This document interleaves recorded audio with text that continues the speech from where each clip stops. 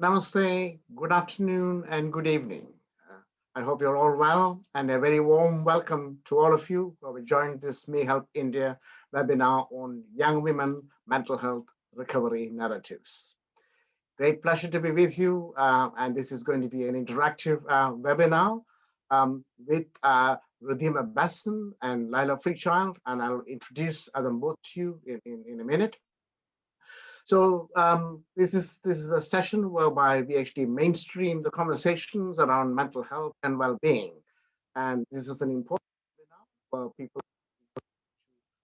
talk about their stories of mental health recovery and the various pathways in which they have that has enabled them to see different ways of actually looking things and to carry on with life in the most appropriate way. I'm Raghu Raghavan. I'm a professor of mental health at DeMontfort University in Leicester in the UK. And I lead a project, Mental Health Literacy in India, funded by the UK Research Council, which is based in Kerala. The aim of this webinar is to get the conversation, is to get the message across India, pan-India conversations around mental health and well-being. So this is about mental health literacy.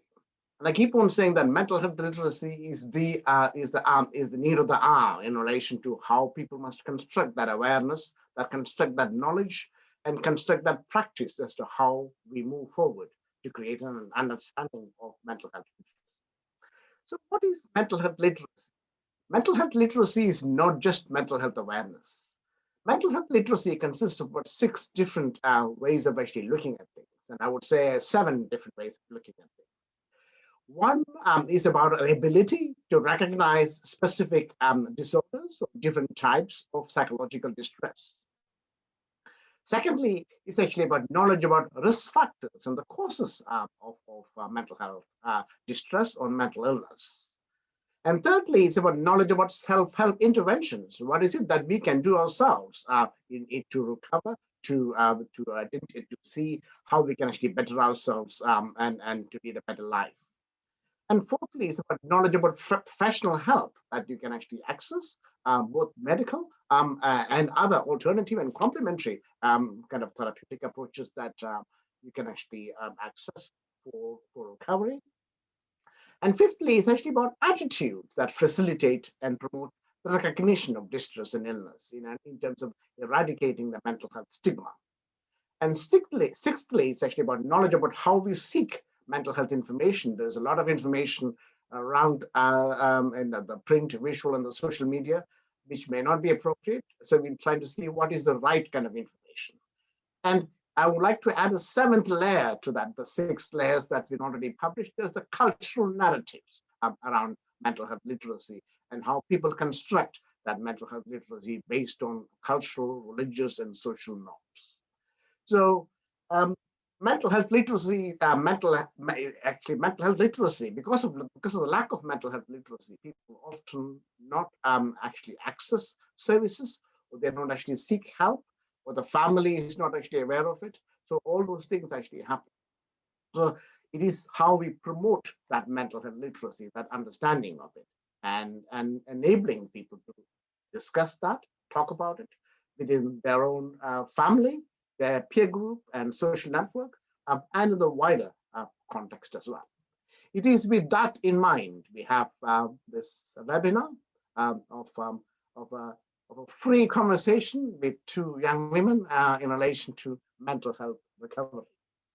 My friend in India asked me, why am I actually having 2 young women talk to me about mental health recovery? I said that all the young men are too frightened to talk about mental health and well-being. So anyway, we will come to men later. So then I have great pleasure to actually welcome Ridhima Bhasin and Lyla FreeChild to this webinar. Welcome to this interactive session. And great to have you on board, and also thank you for agreeing to come and talk to us for this free conversation on mental health and well-being. Let me introduce Ridhima Bhasin. Ridhima is a chartered accountant and a mental health advocate by passion. She was born in India and currently lives in England. She has 10 years of work experience in financial services, both in business and in consulting. Ridhima was diagnosed with depression and post-traumatic stress disorder in 2019. Since then, she has been actively involved in raising awareness and challenging stigma and mental illness. Ridhima is also the founder of Just Another Illness, a charity founded in 2020, an online profit campaign, and has conducted many seminars and mental health well-being activities in the UK. That's how I came to know Ridhima. Great to be have you on board, and thank you, Ridhima. We have also have Lyla FreeChild from Rajasthan, from Jaipur. Lyla is a self-taught artist based in Jaipur in India. Her practice revolved primarily around understanding sexuality and gender behaviors and how cultural context, especially patriarchy and trauma, shape the pattern and taboos associated with them. She experienced mental health problems, and she talks about interconnections of things in life and how art is inseparable from everyday life. And I think art and creative ways of actually looking at things is actually an important part of our conversation in mental health and well-being. It's actually on that pitch, I will ask both my guests to pitch their stories. They're going to talk about their own stories. I will first ask Ridhima to tell her story, and then I will go to Lyla, and then we go into an interactive discussion mode. And in about 40 minutes or so, we would have an opportunity to interact with the audience with their questions in the question panel on Zoom. So over to you, Ridhima. Thank you, Doctor. I guess, first of all, thank you for calling us young women. Like, particularly, I think I'm very pleased that you use the word young. Given I'm going to be 31 this year, I'm slightly worried if I can still use the word young, but I'm happy. Okay, you gave a formal introduction, and I guess from my professional life, I was born in India. I lived in India until I was 22. Then I moved to the UK. I worked here, did my chartered accountancy. I'm engaged to be married, so life is as simple and mundane that it can be in UK. But yes, since 2019, I have been on this amazing journey of discovering myself and learning about myself every day. And I always say that my mental illness, my depression, my PTSD is such a blessing in disguise, because through this blessing I have been able to meet yourself, meet Lyla, had the privilege of organizing an online campaign like Just Another Illness, and getting involved and talking about mental illnesses so openly. So a bit of background about my the culture that I was brought in, and what happened, and how I was diagnosed. So I'm the youngest in the family. I just have one elder sister, and being the baby of the family, always pampered and protected, and taken care of, and all the issues are hidden from you, and you all always see life with rose-tinted glasses. And I thought, I'm God's favorite child, and the universe is just conspiring to make sure I have a wonderful life. And I think that the biggest testimony of that was in late 2018. One of a very close person in my life got unwell, and I couldn't, get my head around what was happening. And I was in London.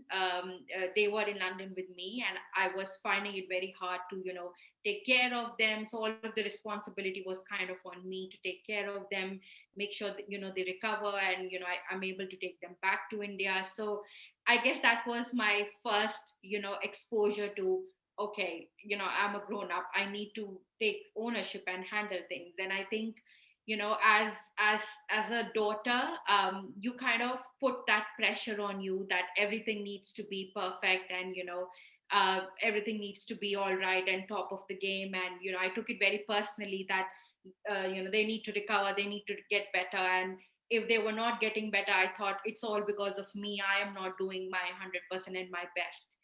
And when I wanted to talk about it with my extended family, my family, my friends, all of them told me that, oh, you need to start looking forward. You need to stop thinking about what has happened. You need to move ahead. And why do you keep bringing what has been happening? And I felt that I didn't have the platform to express what I was going through, and the appropriate support. And I think, although this is the way, like, I think the culture, not just, I wouldn't say just Indian culture, I think British culture as well, to an extent, is that toughen up. I think that's the human culture: toughen up, move ahead, and don't talk about what has happened. And I started noticing that in December 2018 I wasn't myself. And I was in India at that time. My nephew was just 6 months old, and I couldn't hold him. I couldn't be in the same room as him, because I thought I'm a very bad, negative person. And if I'm around this baby, I'm going to transfer all my negativity. And I was just snapping at my mother. I was not talking to my father, not talking to my sister. I'm very close to my family, and just waiting to come back. And I was just crying. And I came back to London, and in January of 2019, I thought, okay, I need to go back to work and start work. Christmas is over. But I felt something was really off. And one day I was going to work, and I was standing on a tube platform, and I saw the tube coming, and my thought was, if I jump in front of this tube and just kill myself, it will be 100 times better, because the pain that I'm carrying, I couldn't differentiate whether it was emotional pain or physical pain, but there's so much pain, and no one is really understanding what I'm going through. And how do I get rid of all of this pain? And I thought, if I just die, and I had no hope for the future. I wasn't, a 28-year-old that time, wasn't looking forward to her life ahead, or career or whatever. And I think the unique thing about this situation is that everything was all right in my life at that time. The person who was unwell was better.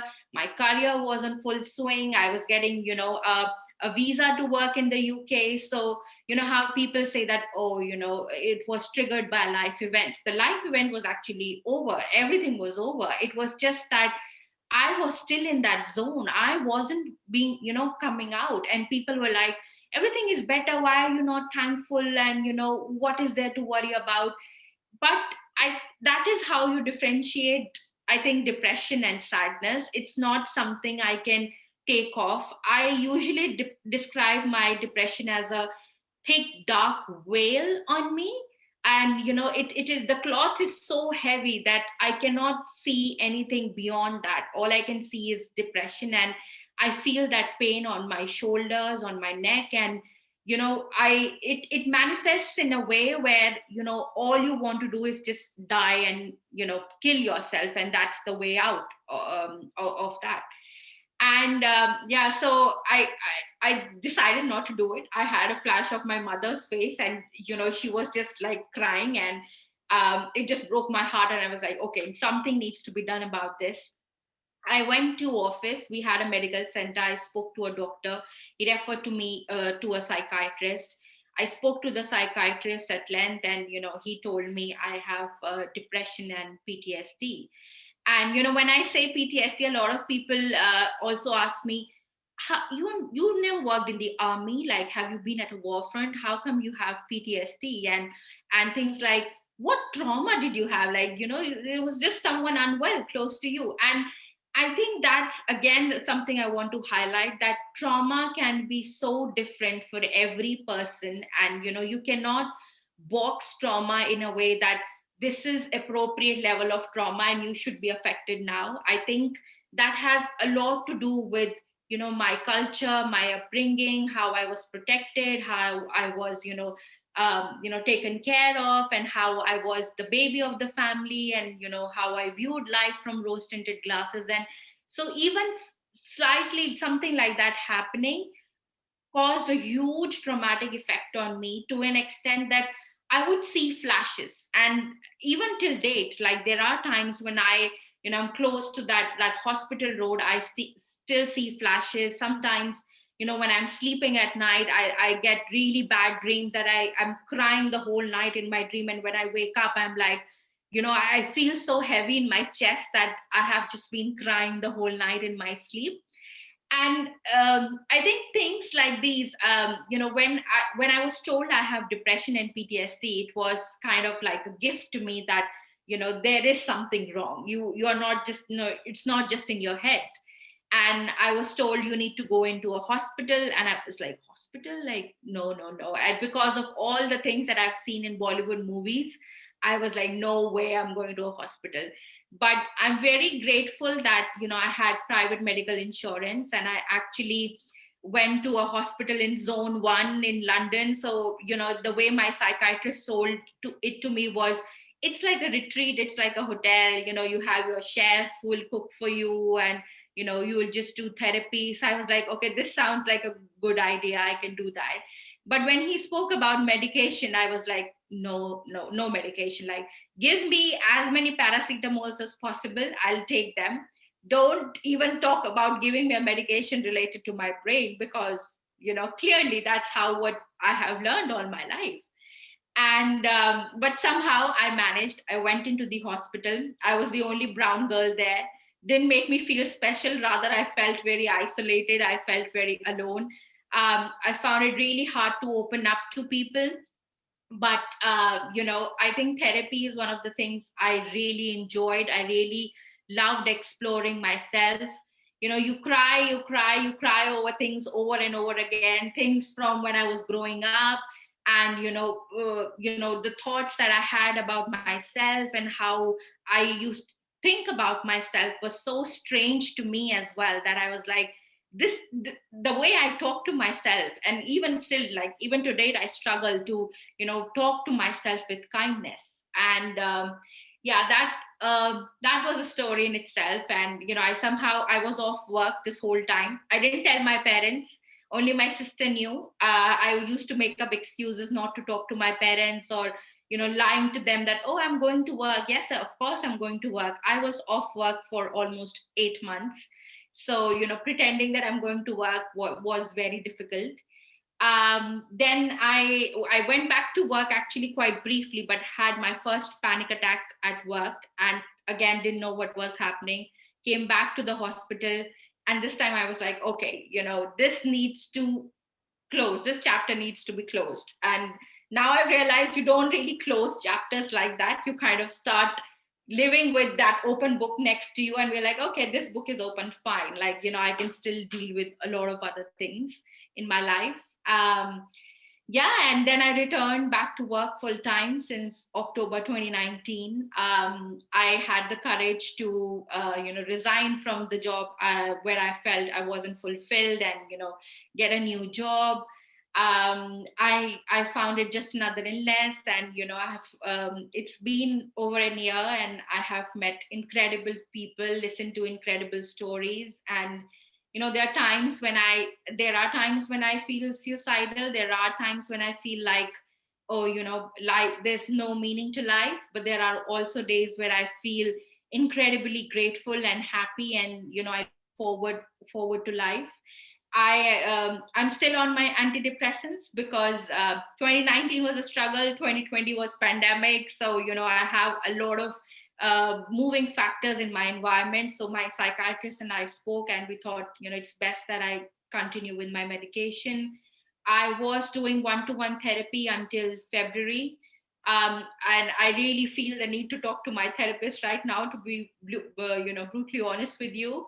So that's another thing. And yes, doing conversations like these and raising awareness is my personal therapy as well, and helps me to feel grounded. So yeah, that's my story.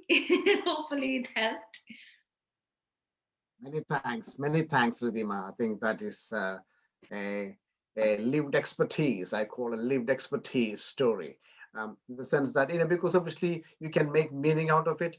You've been talking about it. You see how things have actually made some sense for you later on. And then, she also trying to help other people. You haven't just kept that story in a little box. You have actually made that story big, in the sense that you've been able to connect with other people. And I think that is very important. And I think, it is what life is all about. It's how we actually interconnect. It's how we actually help others. And I think that's the whole idea of mental health and well-being, because obviously, in the COVID days, and in many ways, when many people actually experience loneliness and social isolation. And I think it's important that we overcome that. And there are strategies that we have to do ourselves to actually overcome some of those things. So many, many, many thanks for sharing that story. And we'll come back to that after hearing Lyla's story. Lyla, over to you. Yeah, thank you so much, Ridhima, for sharing that. I could resonate with so many things. And I think this is also the first time that I was hearing you speak your story fully. So it was really, it was really nice.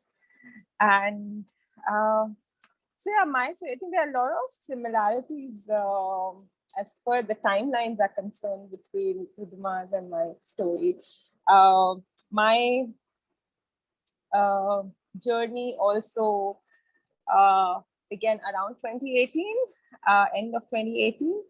And until then, so I come from a background. So I have a elder brother who is 8 years older to me, and he has cerebral palsy. So, and I was raised in a joint family. So although I didn't get much attention as a child would need when I was growing up, because my brother needed full-time attention. Like he's 40 now, and he's still dependent for his sanitation, bathing, food, everything on my mother. My mother is 60 plus, and she has been doing it for 40 years. So, but I think it was also fortunate that I had other people in the family that I was taken care well, and I was loved well. And until I think, and then 2015 was the time when I left my parents' home and I decided to live by myself, which is a big thing in India, especially if you are in a small city like where I am in Jaipur. So I was just living like 3 kilometers away from them. It was till now, it's been 6 years now, and and they still have to make some of the other stories saying that where am I or where do I live? So because it's still a huge stigma that, how can the child not living with us, if she or he is not married. So so there were a lot of things that I was fighting for, mainly patriarchy, misogyny, and that's what my work also deals with. And so when I started to live by myself, I was extra cautious that, okay, now I need to really take care of myself, because before that I did have some self-harming tendencies, but I had zero awareness of mental health or anything. And I also came from the conviction, it's all in your head, and everything can be fixed. Especially in India, everything can be fixed with yoga and meditation.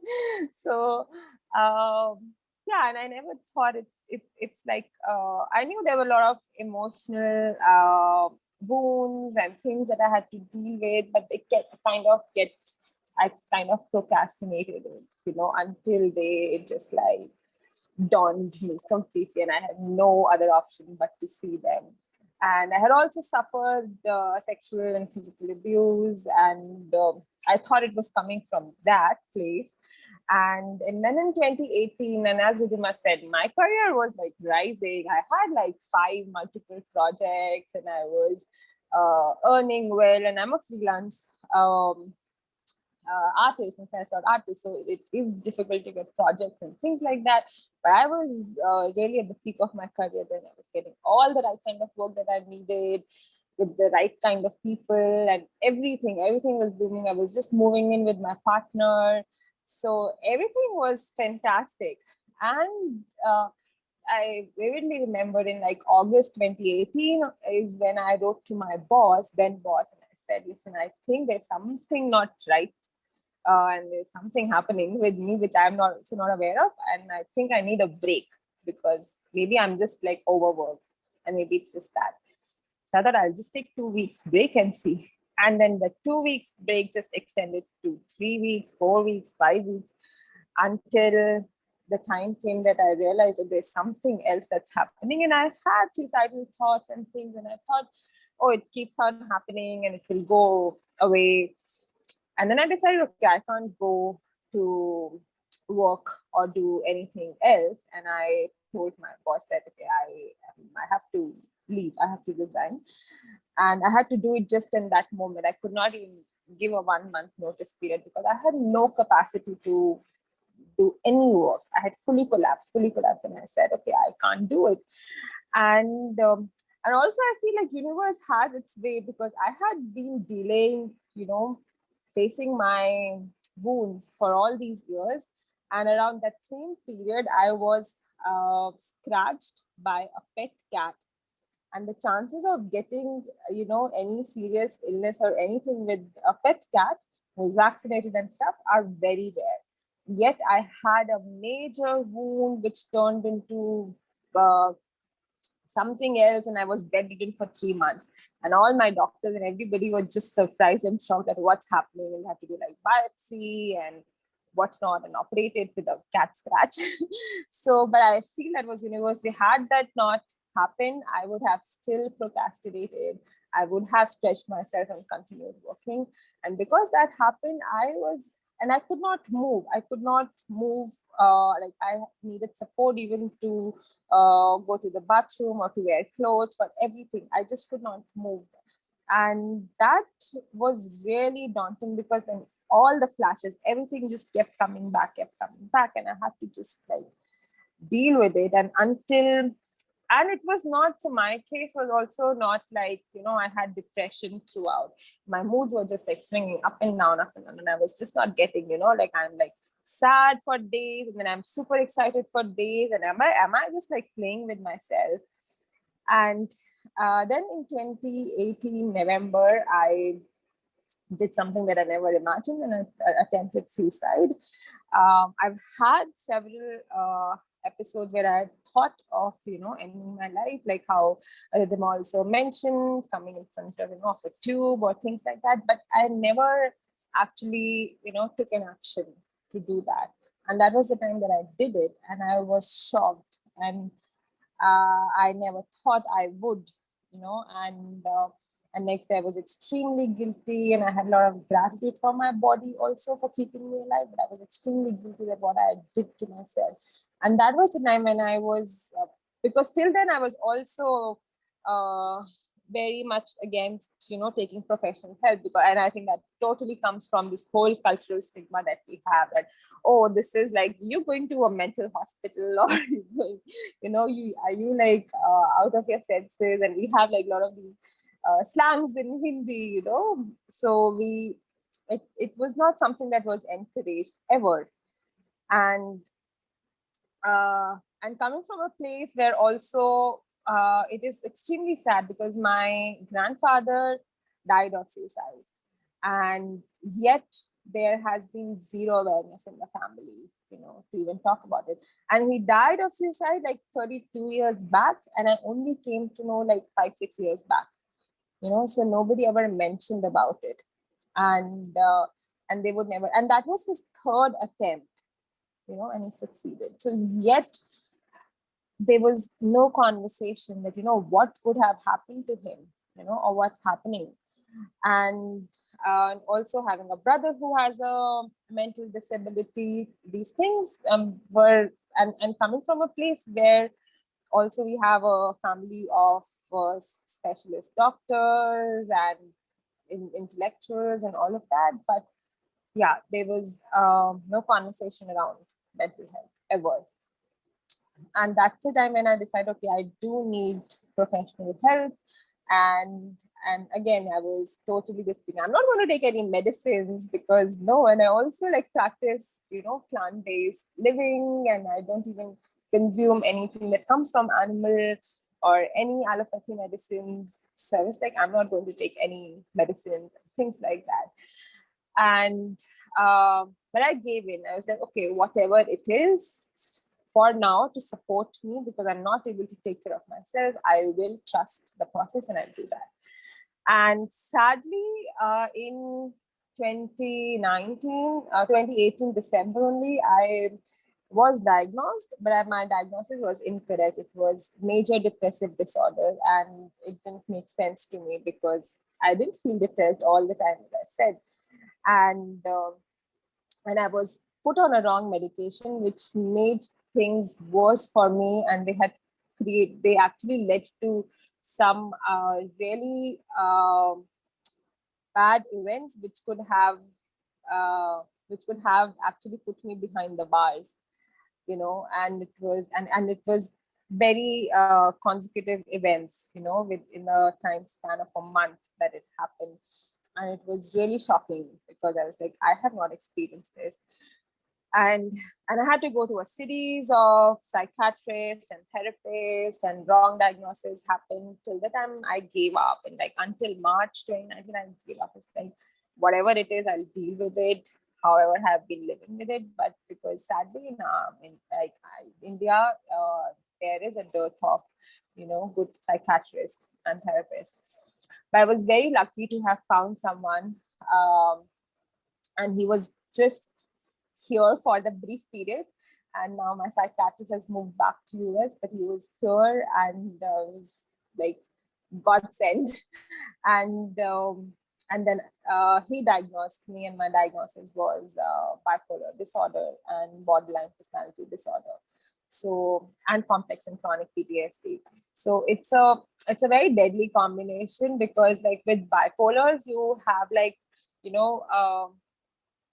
few days or weeks of either mania or depression, and in between you could be stable, But with borderline, it's like you could be feeling high on life on like 9 in the morning, and then something happens, or like something happens directly in your physical world or in your emotional world, and you're like super angry at 10 o'clock, and you're again back on life at 11 o'clock, and it's extremely stressful. And in fact, I did have such a bad breakdown just 3 hours before this call, and thankfully Ridhima was there to support me. But it has been really stressful to live with both these things. But I think what is also wonderful that Ridhima also shared, that, if these things didn't happen to me, I wouldn't have been so empathetic, and like every other muscle, our heart is also a muscle, and which needs, I think, a lot of exercise, even to build compassion. So yeah, I wouldn't have been this empathetic and this compassionate if these things didn't happen to me. Because before that, I also thought, oh, it's all, it's all a mental thing and we can control and things. But like something like bipolar, it's to do with the genetic genetic combination. It's to do with the chemicals in my brain, and I can't control it, and I do have to take medication for that till now, and I might have to take it for maybe 5 to 10 years more. And a beautiful thing with all this, that my psychiatrist told me last year was that that you have to stop fighting it, and start accepting it. And till date, easier said than done. It's still difficult, but it did strike a chord, because till that time I was like, oh, I'm going to beat this, or I'm going to come out of this thing. But it was like, okay, if something happens, and if somebody, becomes blind, for example, then they don't keep fighting their blindness, but then they learn different tools to live with their blindness. Okay, like how do they walk, or what, like they would learn a language, braille, or something else. But there are different tools to which could really help them to live a fulfilling life. And that's what I'm still trying. And I won't say that it's still happening, but that perspective has moved a lot of things. So now I know, okay, like it's foolish to compare my journey with my friends or other people who don't have such challenges, because of course if they have to travel from Rajasthan to London, for example, and then they might just like go and find a bit, a few roadblocks and a few climate season change, and that's it, and they'll reach. But in my case, it would be a roller coaster of a ride, maybe every day, but I'll still reach. with a lot of adventure, I still reach there. So which that perspective has shifted a lot of things, and now I'm okay. Like, I can't have long-term planning. I don't even know how my next day would look like. So it's difficult to plan days, and that is why it has been difficult to work with people, or for people to work with me. And I do have my challenges, but there's also a plus side. Like people with BPD also, like if they are extremely emotional and sensitive, then there's also a plus side that they're also extremely loving and extremely giving, and they're just out there to do things. So there are a lot of plus sides as well. And talking about the cultural perspective, that is still really sad, because the first time I had attempted suicide, just 2 weeks after that, when I attempted suicide, a week later was my birthday, and then a week later, my father asked me this question: So what's going on in your life? And it's like, in Hindi, the phrase is like "Kya chal raha hai?" So what's up? Like, very casually he asked. And it triggered me so badly, like I could have been dead right now. and no one ever spoke to me. I was very close to my sisters. Nobody ever spoke to me. And then a year later, I again overdosed myself as a way to self-harm, and I was hospitalized. And it's a trauma to be in hospitals in India, and I've experienced it firsthand. So I landed in the hospital, and I'm standing there, and I'm like puking, and I'm nauseous, and I'm just like falling, and I know what's happening. And I had done my research that if my lithium level reaches till this level, then that's when it becomes, it's dangerous, or I could be in coma or die. So I kept asking them to do my lithium test, but there was no such thing that they understood. It's the biggest government hospital in my city, and we kept doing whatever their normal protocol is for any suicide case, poisoning case, and things like that. And I'm lying on a stretcher with all my tubes and everything in my nose and stomach, taking out excess lithium from my body. And the doctor comes in, and then he's asking me, he's literally tapping my chest as if I'm a table. So the moment you are on a stretcher in India, you are no longer human. Your dignity is lost, you have no autonomy. And he's just like tapping me on my chest, and coming from a place where I have like extreme trauma, especially with men.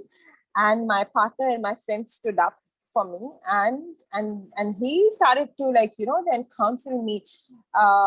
Is it like, do you get like some kind of a high or what, doing all these things and troubling your parents and stuff like that? And it started to like really patronizing me and talking nonsense. And I was so happy that my psychiatrist stood by me at that time, and he called me, and the first thing he told me even then, and it wasn't a suicide attempt, because if it was, I would have taken 100 lithium pills and not 20. So he told me this thing that this is not your fault.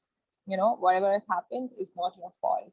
And that was so empowering, because I was so guilty, because everybody around me was just looking at me, oh, this young girl who has come here and is just like, everything is okay, she has all the limbs to walk and looks fair, like well-to-do family and everything, and yet she's doing all of these things to trouble her families. And to say that in that moment was really empowering.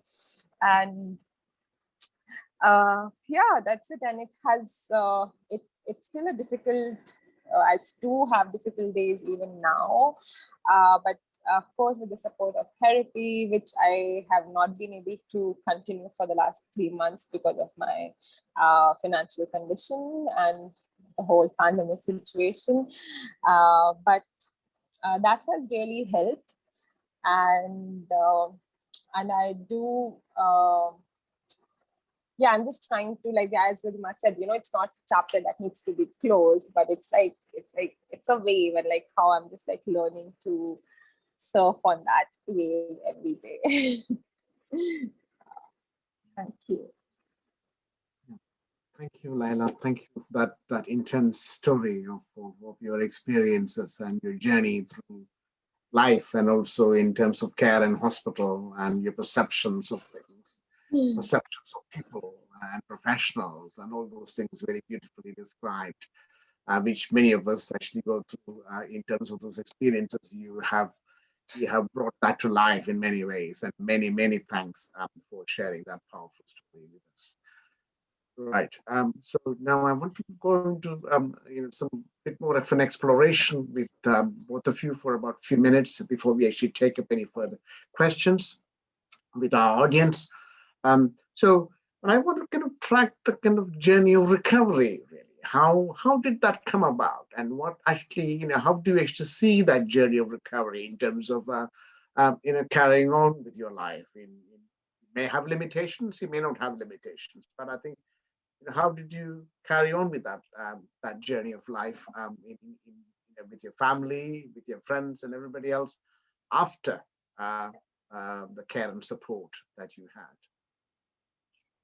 I'll probably start on that. So I think it was firstly, I think when I stopped having a timeline that, oh, 6 months I need to get better, or have goals that, oh, if I go out and I have a nice time, if I'm enjoying, if I don't feel my mood is going down, I'm getting better. I think it is a condition, it is a wave that you have to ride. And it's not that you get you get at a place where you can manage it very well. But recovery for me, I think, was in after a year, in January 2020, I started to feel like I know this person that I'm living with. I think for every person it's very different, it's very unique. And I think for me, it was a combination of my medications that I was taking, that I was getting better. I was starting to implement a lot of things that I had learned in therapy as well. Advocating and talking about my mental illness and my journey as well is something that was, empowering me. Going back to work full time as well was giving me confidence that, I can go back to work and work for 7-8 hours every day. Talking For me, one of the biggest things was that after my second stint at the hospital, I was told to go to India and meet the person who wasn't well before. And when I met that person and I saw them, better and recovered, that gave me a lot of, assurance that they are okay, they, everything is all right, and I need to, stop kind of just seeing them in the light that I had seen last year. That really helped me as well. And when you start talking about your illness with your friends and your family, and I always say that we have to help our family and friends in order to help us. So you need to sit down and have a conversation with your friends, that what kind of support do you need from them. And again, having all of the friends at the same pedestal is not right. My best friend, who I love very dearly, didn't really fully understand what I was going through. But I made a friend in the hospital, and she kind of, became my go-to friend in terms of when I would want to talk about I'm feeling down. Similarly, with my fiance as well, there's kind of like, we developed like a checklist that these are my early red flags, and if this is what I'm doing, you need to, kind of how you're going to support me. and from your parents as well. You at the end of the day, I say that they are my parents. They love me dearly. So if I say I'm down, they won't be like, oh yeah, it's okay, we know it's your depression. They'll freak out. So it's better not to worry and talk about these things with them, and look for support from somewhere else. So I think once you have you start accepting what is wrong, and like Lyla said, that you start learning about your own illness, you start learning how to ride that wave. You have expectations from yourself, you have expectations from others, realistic expectations, and you kind of have that, I don't know, like that harmony is playing, that okay, I need to do this, I need to do that. And sometimes when it's really bad, all the therapy, all support, all good things just go out of the window, and you're just like, no, I just want to kill myself. So be ready for that. It is a very interesting journey, but recovery is not linear. It's a huge curve. It comes and it goes, and you cannot, I think, I started to see that if my medication was going down, I'm recovering. If I'm seeing my therapist less frequently, I'm recovering. But I've kind of felt that there may be things in the environment, in when the pandemic hit, when I started working full time, I realized this is not the job I want to do. All of these factors will impact, which are not in my hand, that I can monitor, or I can do something about it. And going back to my old medication level doesn't really mean that my recovery has taken a step back. It just means that actually I'm more aware of the fact that probably I need further support with my medication to move forward. Uh,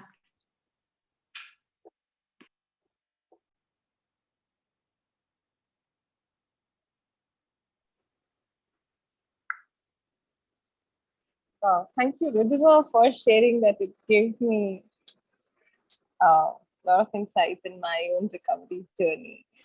And in my journey of recovery, um, so I don't have much support from my family.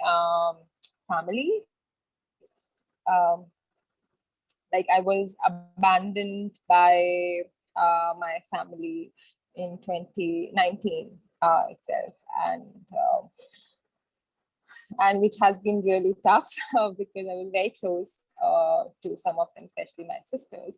But I'm in touch with my parents, and they don't uh, uh, get it so much. But my mother gets it, although she is not so like educated in that terms as respect to other family members, but energetically she gets it what's happening, and she has been supportive. But I live with my partner and my two dogs, and my partner is extremely supportive. In fact, my psychiatrist gave him a book to read, which is actually a workbook for the caregivers, how to live with someone with BPD. And I started to read it myself, that okay, I should also know these things, but it's actually not for me. So it's like less homework because there's other work that that we need to do. But it's actually a book for my caregiver, and he's not read it fully, but whatever he's read, and that really helps. And also knowing myself and forming, like I know, okay, like I can't have these extensive timelines as to what I'm going to do, next month or next 2 months and things like that. But I do, of course, I like to make those plans, but they never get fulfilled. But I just like it. But I know for myself that, now I know that, okay, my every day is going to be very different. But now I have tools, so I am able to understand my triggers, which is great. So I am able to, before I'm able to actually go in that cycle, I am able to see it coming, or I'm able to see, and I know my triggers, that it is sleep deprivation is a huge trigger for my depression, and or if somebody is speaking to me in this kind of a language, that's a trigger. So I'm just like more aware of my triggers, and I can see it coming. And then I have some techniques of like grounding and mindfulness that really helps. Yeah, another thing that really helped, like I say two things which always help, irrespective you are a caregiver or a person who is suffering from a mental issue, a health issue, is empathy and education. You know, like empathy for the self, and if you're a caregiver, then empathy for your loved ones. That's the biggest gift, just in that moment. And how Rhythm also shared that, in that moment, like my best friends also didn't understand, but then if somebody was having the similar thing, or not a similar thing, but they just like gets you that what's happening, that's like the beautiful thing. I feel, I don't know about other cultures, but what I've seen in my country, if you ever put it out there, if you're having, depressive episode, or if you're feeling this way or that way, people are just like ready with their advice. Like they just love giving free advice. And that moment to ask that, okay, I'm not asking this advice, but then what what support, I can have. So now I'm able to say it openly, even to my, few loved ones and few friends who support me. Okay, like this is what I need. Okay, I'm in this space and I really need some listening, or I need listening through your words or through your silence, and, just voicing it out. And that has been a great tool. And second is education. Like, the more I learn about my own illness or other people's illness, that's like the biggest gift. And so I started to watch a lot of films. In fact, my psychiatrist, encouraged me to watch, gave me a lot of films to watch. And that really helped. And that really shifted my focus, because I was so much onto like bipolar. I have to like, get rid of this and all of that. And I was like, oh, bipolar is not doing that much of a damage to me. That is still controllable by the medication, but it's actually BPD which makes life really, really challenging on an everyday basis.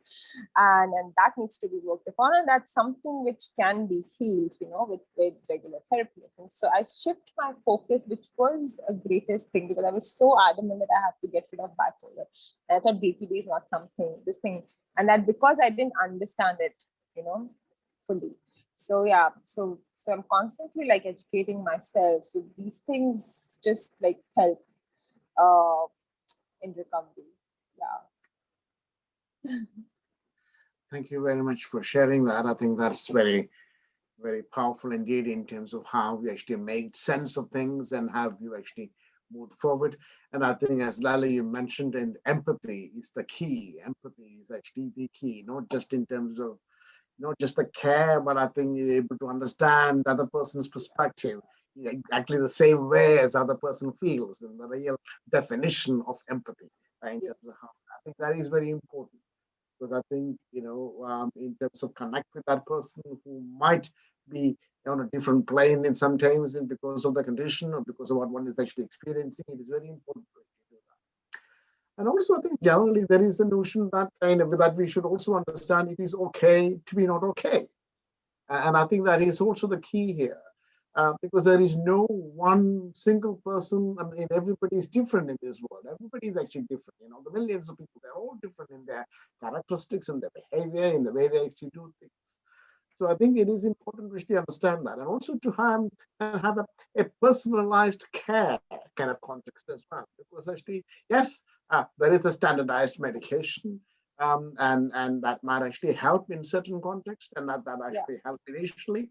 But I think along with that, the therapeutic mode, another kind of psychological, another kind of complementary therapeutic things should actually happen along with it. So I think together they actually make sense of things, really.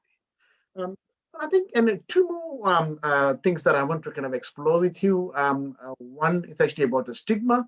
The second thing is actually about the stigma and how the stigma may or may not have played a major role in you mentioned about that in both of you mentioned about that in your story. Just want maybe a bit more of an expansion of how you managed. Not, I don't want to know more about what the stigma was, but how you tried to move away from that stigma, into having that courage and having that strength and confidence to seek help, and also to talk about it as well. That is the most important.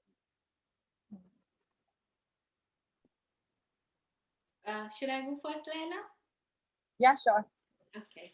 Yeah, I think the two things. When it came to talking to my family and my friends, I have, I have always liked to be the center of attraction when I was, growing up as well. I'm a very people person, and I love to chat and I love to talk. And I think for me, I still don't know how it happened, but I started working with this charity in UK. It's called Time to Change. It's come to an end now, but I remember the first time I told my story. It was at Interlaw Diversity Forum for the whole of UK, and there were like 50 people in the audience. A lot of senior partners from reputable law firms, and I just sat there on the stage with like two, three other people, and I was talking about my story for the first time. And it was all impromptu. I had not written it down, and I was teary eyed as well towards the end of it. A lot of people asked me, how did you get the courage to tell your story? I still don't know what gave me the courage, how I was able to talk about it, but I guess because I have been that person in the past, and I could connect to that person, that Ridhima, she hadn't gone away because of my depression. I was able to talk. Another thing I feel like, because I knew that people in the audience, I am a chartered accountant, I'm never going to work in a law firm. No one knows me. I can talk about it. In retrospect, this is what I think. It may or may not be true. I'm still trying to figure that out. Um, but yeah, I think, just very soon I realized that either, the story can own me or I can own my story. And particularly, I think what also helps is that I am here. All of my family, my relatives, and my extended family is in India. So even if they're gossiping and talking about me, I am totally out of the picture. I just don't know. No one tells me. I'm not at the forefront of it. And even if they're not supportive, they're not encouraging, I haven't got to know anything myself. So that really helps. And being in a foreign country, I genuinely feel that, Dr. Raghu, that being in London and going through this experience, my experience has been probably 100 times far better than if I was diagnosed with depression in India. I feel like, I feel very grateful and blessed, and sometimes I feel really sad as well that people in India, my peers, they probably don't get the same thing what I got here. And I particularly remember this instance of, when I was self stigmatizing myself, was I went to office after this whole break that I had. And my manager took me to a room and he said that, we are going to move you to this another team. And my first reaction was, why do you think I'm not good enough anymore to stay in this team? And he was actually coming from a point of view that there is a role which can help to accelerate your career, and we think that you're qualified to lead this team and do a job and probably get a promotion from that role. But my first thought was, oh, they're pushing me away because they think I'm not good enough. And I think that also comes from a very self stigmatizing place, that people will know, they will look down upon me. And working in a corporate, I was working at for an investment bank, a global investment bank that time, and it was a very competitive culture. And I thought that now everyone is going to think that she doesn't have it in herself, she cannot hack it. And slowly I started to talk about my own mental health, my own struggles, very openly at work. And it is scary. The first time I walked in and told my managing director that I want to talk about my diagnosis of PTSD and depression, and tell the folks at the firm what support is available for them, and so that they can ask for help. My ears were red, and I could feel that they were really warm, and I could feel that I am probably committing a professional suicide. He is just going to be like, what the hell, like, why do you want to talk about this? Like, especially I think banking is such a place where investment bankers don't talk about having mental illnesses. Then I think it's just fine. I don't know if I'm lucky. I always had very positive reactions from people. And when he invited me to speak to a very senior meeting with their, like, everyone from senior from my department was there. I talked about it. Then they invited me to smaller team meetings to go and talk about my mental illness, and started this whole conversation. Then I started working on forming a global community on mindfulness. So I actually got connected to people in US, in India, in Hong Kong, like literally everywhere in the world, to form this global community at the investment bank.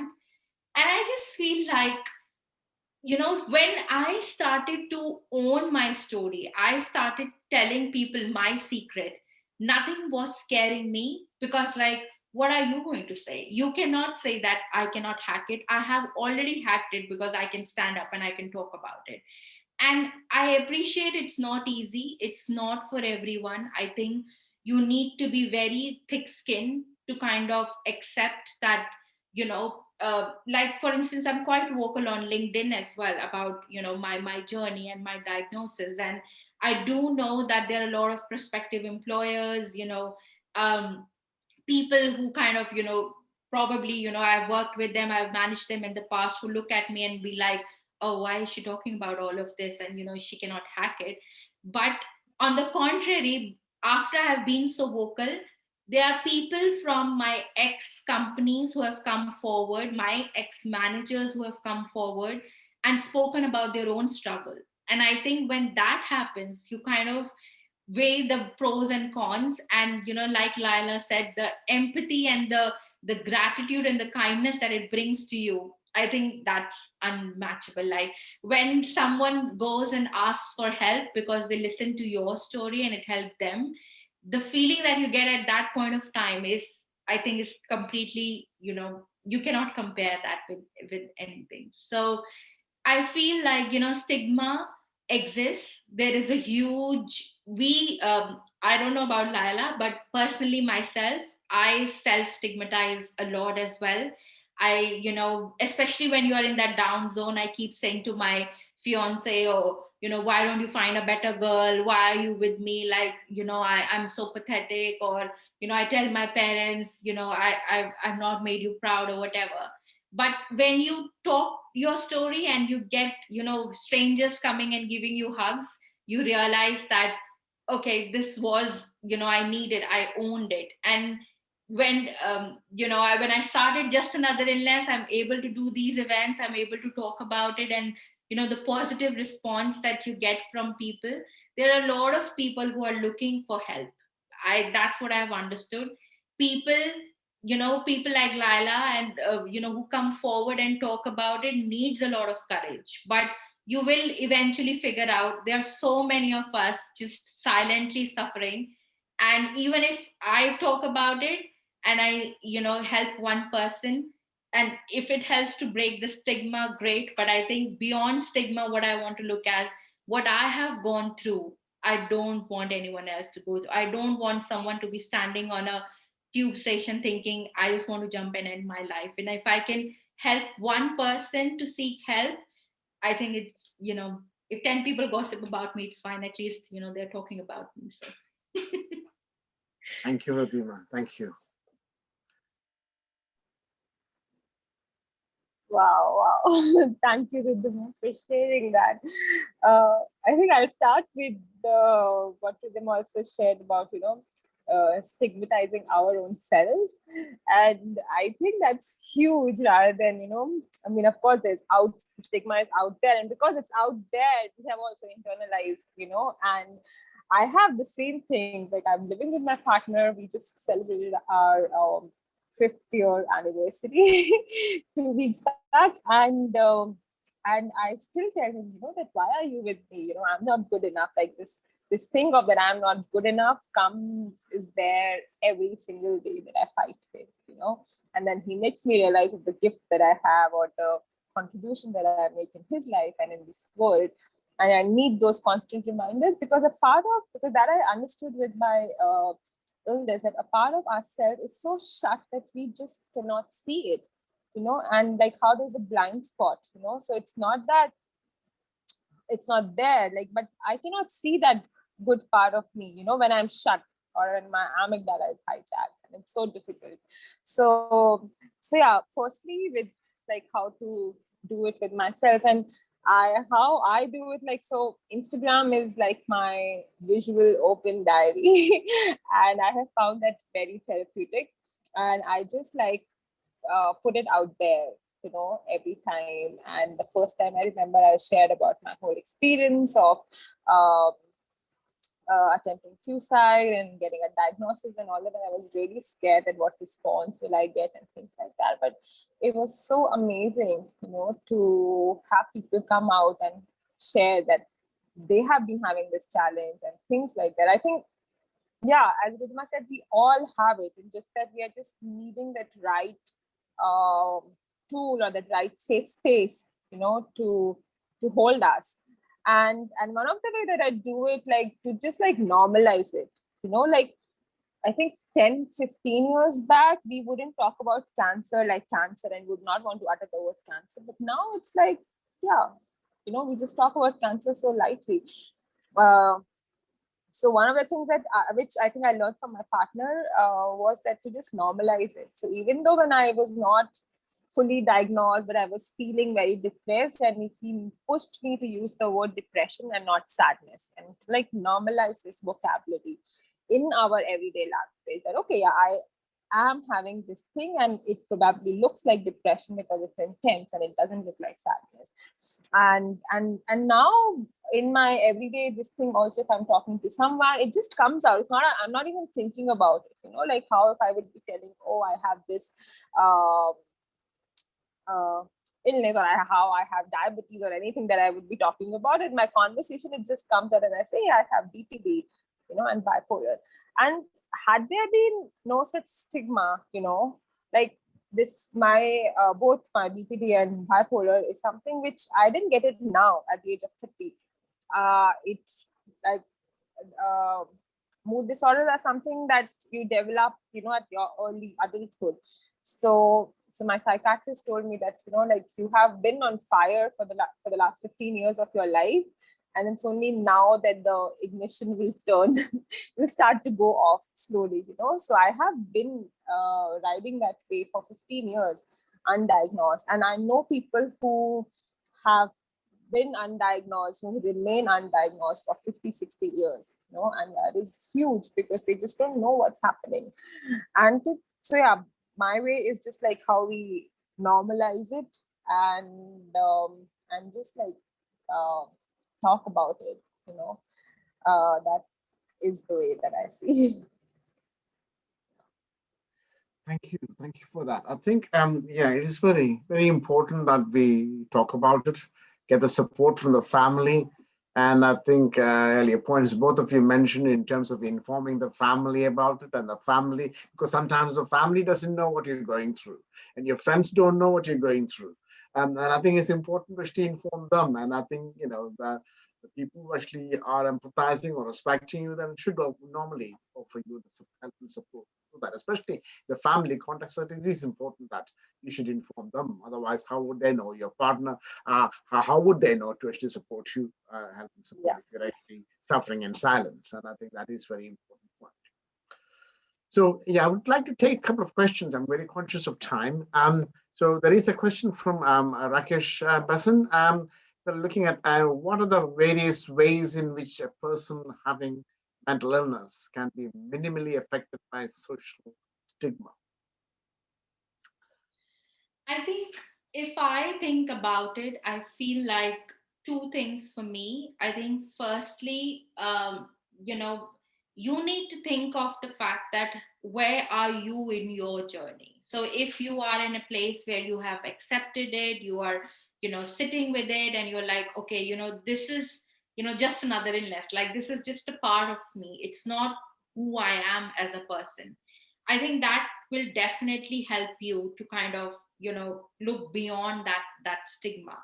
And I feel like once you start helping people and you get that positive response from people that, oh, because of you, I heard you, I saw you talking about it, I got help, especially when people who are very close to thinking about giving up, or self-harming, or thinking of suicide, and they come and say that I actually stopped, and I heard you, and I saw light at the end of the tunnel. That is something that can help people to kind of look beyond, that their illness is actually helping others to kind of come out of their shell, and look for support.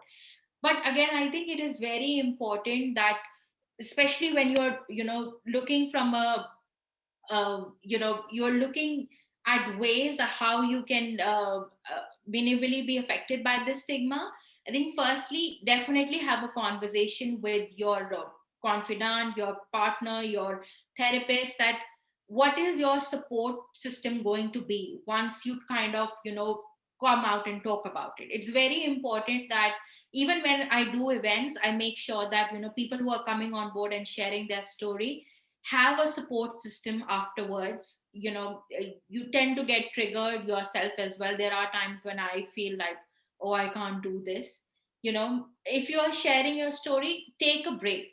I sometimes take breaks from my telling my story as well, because I'm like, I can't keep talking and reliving what I have gone through. I need to take a break of like 6-7 weeks or something, and stop all of this advocacy work that I'm doing.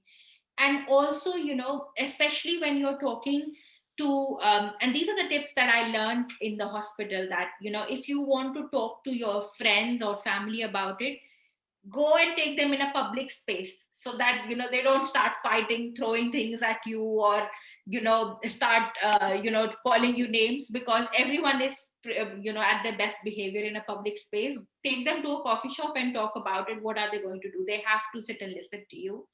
If you want to talk to your employer, a suggestion would be have a meeting time set, instead of just saying, oh, can we go for a coffee? Tell them this, you want them to take it seriously, and have your notes ready, so you know what you're going to talk about. Like, I remember the first time I did that discussion with all the department heads, I had like written down what I'm going to talk about, very specifically about my illness, so that I don't get emotional. You have to kind of, when you're in Rome, do like the Romans do. So you have to read your audience, you have to see what comfort level you have with that person, and have a support system if you're opening up. And especially, I think, generally for people who don't have mental illnesses, how they can contribute to remove stigma is, stop giving stupid advices. And if you don't understand, just say, I'm really sorry, I don't know what it means being in depression, but can you help me to understand? How can I understand? I had this video of Deepika Padukone when she was giving an interview about her struggles with depression. I had to make my parents and my sister watch it and be like, this is how I'm feeling, this is how it feels. And now people point out my video to their friends and family, be like, this is how I'm feeling. So you know find ways how you can tell them that this is not going to go away with meditation and yoga, and I need additional support, and how you can support me. Thank you, Ridhima.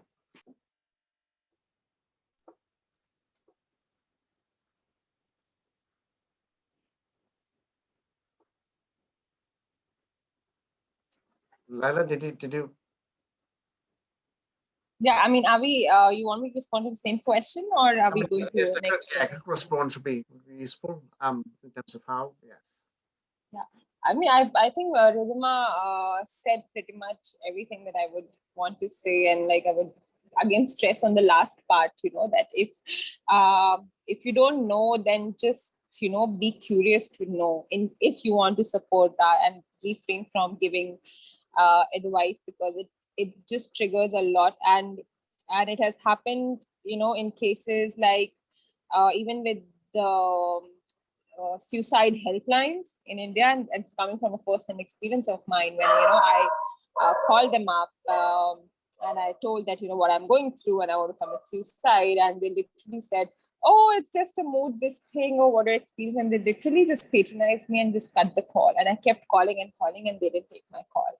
And it's coming from a suicide, like a popular suicide helpline, So yeah, just to like be open to hearing, and if you don't know, then just be curious. And if someone, there's a beautiful line from, I'm forgetting this person's name. He talks a lot about mental health and suicides, and how to normalize talking about suicide. So if somebody comes to you and say, a friend, that I'm feeling suicidal, so like what is, like, doing some role plays as to like what is the thing that you would tell them, because most of the time it would be like, oh, come on, what's happening? Like, let me take you for a movie, or like these are distractions, So if somebody comes to you, then, just what are the things, and he makes you practice this. I think it's his video is there on YouTube. So I'm forgetting his name, but he would like encourage you to speak to them if somebody comes and tells you, okay, if I'm feeling suicidal and I just really want to end my life.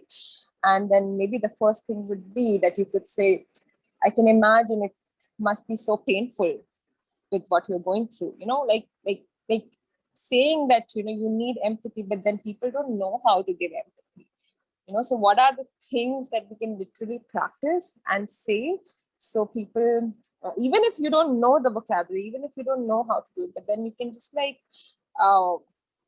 empathize in that moment, and then maybe encourage them to seek professional help. Yeah, because I think that's really important. Yeah, thank you for that. I think it is important to connect. It is important to try and connect with people and seek help wherever that is possible. And I think that is the best way, rather than keeping that within yourself. Just one final question from the comment. I think is a generic question. Is the therapy more effective compared to medicines in bipolar? So I think I'll answer that question myself.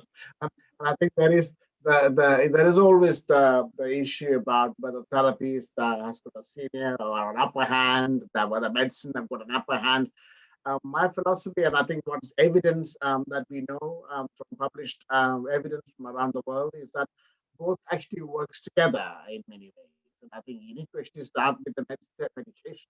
When somebody is actually in very much distress, and I think there might be some physiological, biological controls that may need to be imposed. And I think in that kind of context, in a medication is actually helpful. And then I think you should mean that you should just gradually reduce the medication and introduce therapy into that context. That's how it normally works in all ways. And I know Ridhima may wish to comment or say something about that. Yeah, so I think I heard this somewhere, that medication helps to handle your symptoms. Therapy helps to challenge the reason for your illness. And I think whenever I talk about my recovery, I talk about medication, I talk about therapy, I talk about sleep, I talk about working out, exercising, I talk about finding your support system. All of them work in harmony. There is, I think a lot of people have this conception that, oh, I've taken pills for a week, why am I not getting better? Like, this is not a flu or a fever that you pop something and miraculously you start feeling happy. I was purposely told by my psychiatrist that until I don't start going to work and work out and exercise, it will be very hard for me to get better. We had a neuroscientist in the hospital as well, when I was in the hospital, and she said that a study shows that when you, it's very difficult for and doctor, correct me if I'm wrong here, but she mentioned that it's hard for adults to develop new neural pathways.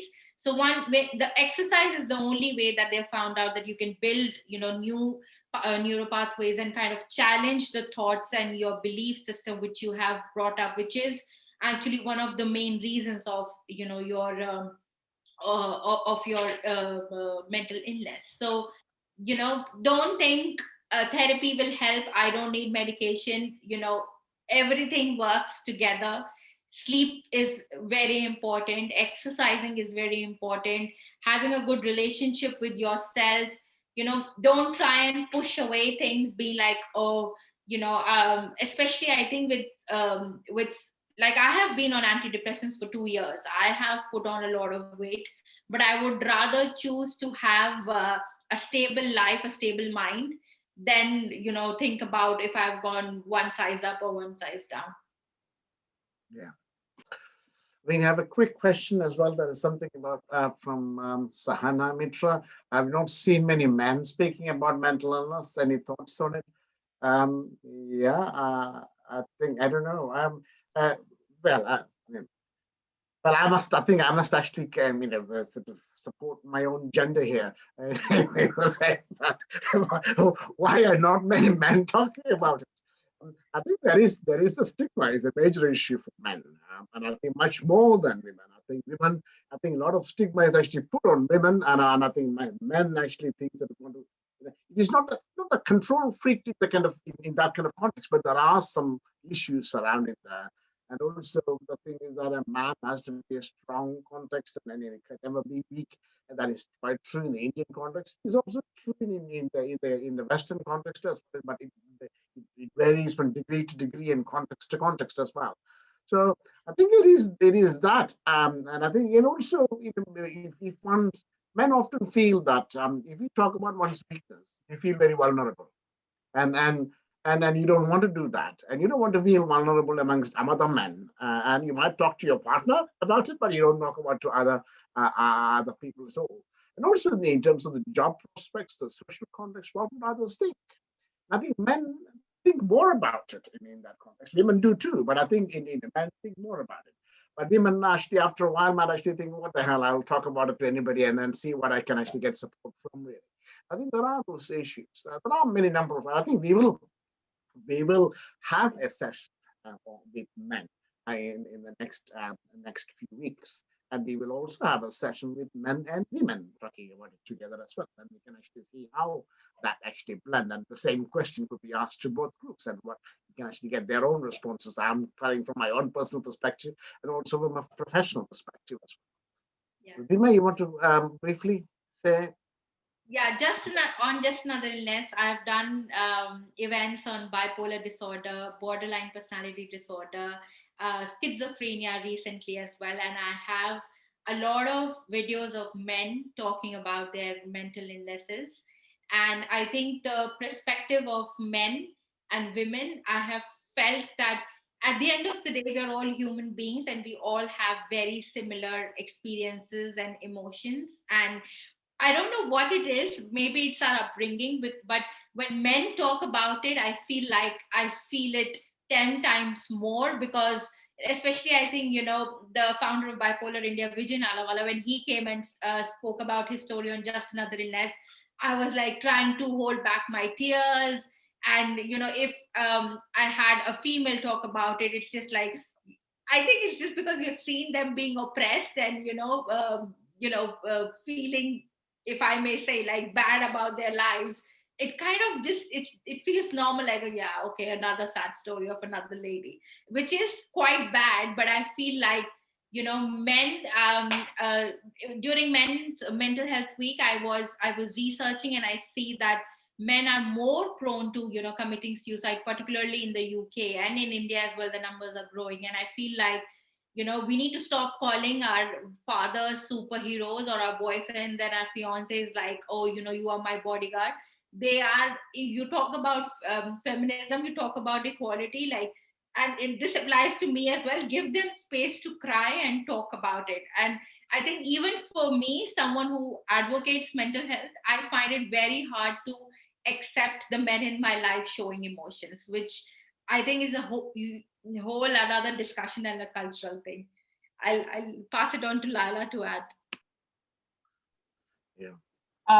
Yeah, I would just want to add to this, like, like how men, of course, what Raghu said, they have been shut from the emotional side, and they are, like you say, you have to man up and you can cry and things like that.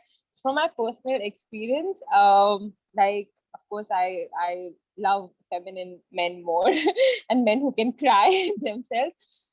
So there were instances when, like I would cry a lot. Even if I'm watching a movie, I'm extremely sensitive and I would cry a lot.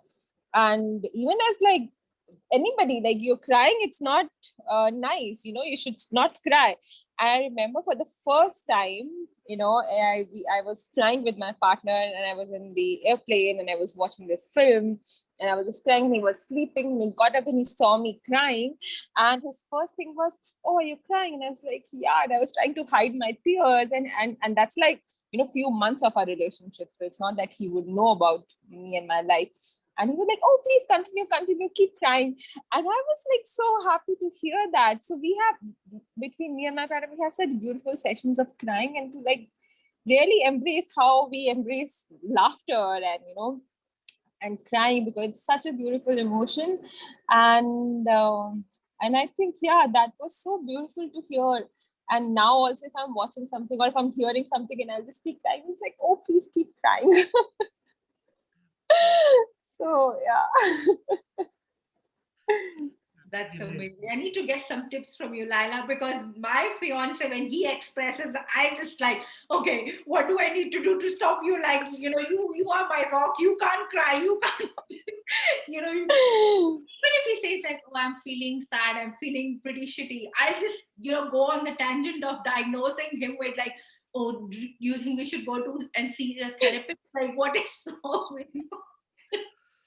Yeah. Yeah, I think a lot of this also comes from a whole Bollywood film masala, that the man needs to make the woman happy all the time, and he can't be a crybaby and things like that. So it's just, yeah. Maybe Dr. Raghu, we should make more films around, normal. That's where it will become normalized for men. I think I enjoyed this conversation. I think I'm very conscious of time. We've got 4 minutes. Yeah. I mean, it's enjoyed this conversation. I think there are many things that I have noted down that I wanted to actually explore, the lack of time, and I think it's important. And I think one important thing that I wanted to actually come back is actually about the creative approaches. Lyla, I think, you are engaged in the arts. Maybe I think we'll have to actually have another full session on it, on creative approaches and mental health. So you could delay that for a later session, that'd be Yeah. great. Because I think it's a whole lot of issues that we want to talk about in terms of creative approaches to mental health. So, I mean, all I can say is, I think it's been a wonderful session, and I think and I think this is another way of actually trying to portray to our families, our friends, and wider social networks in terms of having that conversation around it, how one has actually experienced it, and how one can actually overcome that, and how one might still have the condition and still lead an ordinary life as possible. I think that's all very important context, because I think that the stigma around once you have the condition is always there with you, that is just a pure myth. And I think you can live an ordinary life. And I have many examples in my own life. My family members who actually experienced conditions, and they have lived an ordinary life as well. So I think that is possible, perfectly possible. So believe me, and I think that is perfectly possible. So it has been a pleasure to have you both on this program, and I can see 10 to 12 titles with you guys in terms of discussing this. But I think it's very happy to connect with you, and I think it's very nice to be for you to spare the time and to come on board and talk to us about it. So all I can say is, grateful to you and very thankful to you. And I'm sure we would have more conversations outside the webinar and try and connect. And then obviously we'll have another webinar soon about the creative. So finally, I think, so thank you, audience. And this will be recorded, and this will be on our Facebook page and also on YouTube, on MeHeLP YouTube page. So do follow us on MeHeLP Facebook page and also on Twitter. And also, you can still contact us through our contact IDs, email, or through the social media page. So many thanks, and hope you can join us in our next webinar soon. And thank you, Parvati, for organizing it. And have a very good evening. And speak to you all soon. Thank you, Lyla, and thank you, Ridhima. Speak to you soon. Thank you. Thank you. Thank you. Thank you so much.